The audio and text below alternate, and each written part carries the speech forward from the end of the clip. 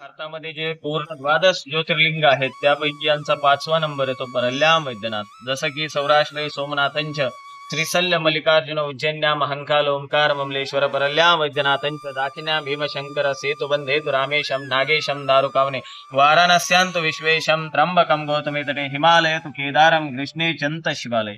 या 12 ज्योतिर्लिंगापैकी यांचा 5वा नंबर येतो परल्याम वैद्यनाथ. परळी हे गावाचं नाव आहे, वैद्यनाथ हे शिवलिंगाचं नाव आहे. आपण जिथे बसलेलो आहे हे पूर्ण मेरुगिरी पहाडी आहे. इथे पहिले जडीबुटी वगैरे उत्पन्न व्हायची, साधू संन्यासी लोक यज्ञ वगैरे करायचे. त्यावेळेस एक मातंग नावाचा राक्षस होता, यक्ष. त्याने जडीबुटी वगैरे नष्ट केली, साधू संन्यासांना मारलं, पळवलं, यज्ञामध्ये बाधा टाकली. तेव्हा वैद्यनाथ नावाच्या एका शिवभक्ताने इथे बसून शिवाची घनघोर तपश्चर्या केली. घनघोर तपश्चर्या झाल्याच्या नंतर महादेव त्यांना प्रसन्न झाले, म्हणजे काय पाहिजे मागून घे. वैद्यनाथ नावाचे शिवभक्त म्हणाले, हे जे मातंग नावाचा जो राक्षस आहे सर्वांना तकलीफ देतो, पीडा देतो, यज्ञामध्ये बाधा टाकतो, जडीबुटी वगैरे नष्ट करतो, त्याचा विनाश करा.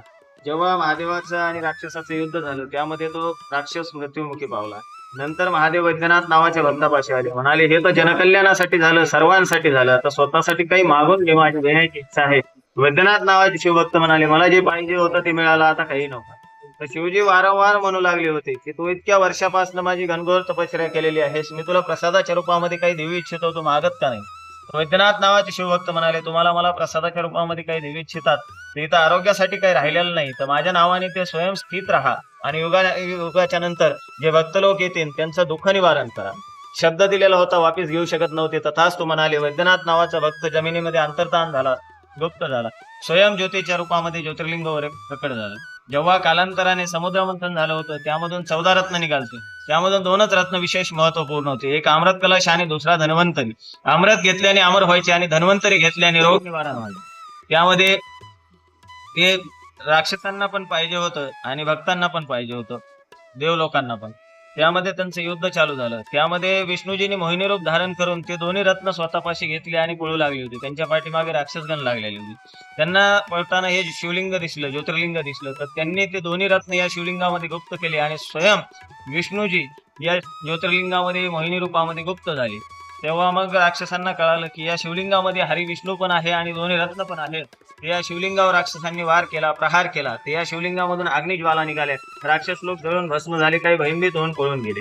जेव्हा शिवलोक आले, भक्त लोक आले, स्पर्श करून दर्शन पूजा पाठ करू लागले, तेव्हा या शिवलिंगामधून अमृताच्या धारा वाहू लागले होते. त्यामुळे हरिहरात्मक मिळण आहेत. शिवजी आणि विष्णूजी दोन्ही आतमध्ये विराजमान आहेत. त्यामुळे पार्वती माता बाहेर आहे, नाही तर महादेवाच्या पाठीमागे पार्वती माता असते. इथं हरिहर मिलन असल्यामुळे, विष्णू आणि महादेव असल्यामुळे पार्वती देवी बाहेर. जसं प्रत्येक ज्योतिर्लिंगाचं वेगवेगळं महत्व येतं. सौराष्ट्र सोमनाथ संतान प्राप्ती, उज्जैन महांकाल धन प्राप्ती, काशी विश्वनाथ पितर निवारण, केदारनाथ मोक्ष प्राप्ती, तसंच परळी वैद्यनाथ हे आरोग्य प्राप्ती आहे. वैद्य, वैद्य म्हणजे डॉक्टर, वैद्यांचे नाथ वैद्यनाथ. इथे पूजा केल्याने, डोकं टेकून नमस्कार केल्याने, प्रसाद घेतल्याने, बिल्वपत्री खाल्ल्याने आपल्या शरीरामध्ये जे रोग राई व्याधी पीडा कष्ट दुःख आहे त्या दुःखांचं निवारण होऊन शरीर तेजस्वी होतं. इथं धन संपदा वगैरे काही प्राप्ती नाही, फक्त आरोग्य प्राप्तीचं विशेष महत्व आहे. जर तुम्हाला इकडे निवास करायचा असेल तर हालगे गार्डन हे निवास करण्यासाठी खूप उत्तम ठिकाण आहे, कारण की ते 24 तास स्नानाचे चार्जेस घेतात आणि बाकी सगळ्या हॉटेल्समध्ये 12 तासाचे चार्जेस घेतात. तर अवश्य या हालगे गार्डनमध्ये राहावे. स्वच्छ आणि सुंदर हालगे गार्डन. अगर आप प्रसादी लेना चाहते हो तो यहाँ पे श्री अन्नपूर्णा चैरिटेबल ट्रस्ट है, वो बहुत ही अच्छी सेवा दे रहा है. यहाँ पे सात्विक और शुद्ध प्रसादी मिलती है, तो यहाँ पे प्रसाद जरूर ग्रहण करिए.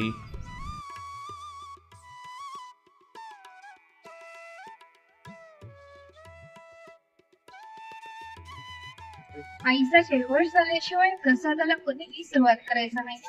माता का जयघोष के बिना प्रसादी लेना नहीं है.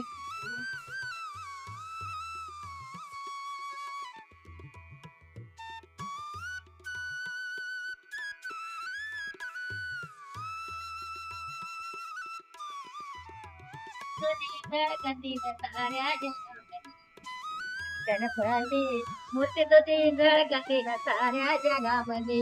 गणपती म्हणे मला रीती, गणपती म्हणे मला रीती शिकते, पार्वती म्हणे मेलो मुलांका जाळीली मारवाची म्हणे म्यालांका जाळीली गणपती मूर्ती तुझी झळकते ना साऱ्या जगामध्ये गणपती. प्रभू श्री वैद्यनाथांच्या पावन मध्ये सर्व श्रोतांचं हार्दिक स्वागत आहे.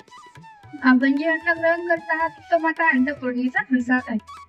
प्रसादामध्ये तुम्हाला काही आवडत नसेल किंवा वाढण्यामध्ये जास्त झाला असेल ते तुम्ही अगोदर आम्हाला सांगा, आम्ही ते कमी करू. प्रसादाला सुरुवात केल्यानंतर ताटामध्ये एक घासही शिल्लक ठेवायचा नाही. हे अन्नछत्र कोणत्याही मंदिराशी किंवा व्यक्तीशी जोडलेलं नाहीये. हे फक्त आपल्यासारख्या दानदात्यावरच चालतं. त्यामुळे ताटामध्ये एक शीतही वया बनवायचा नाही.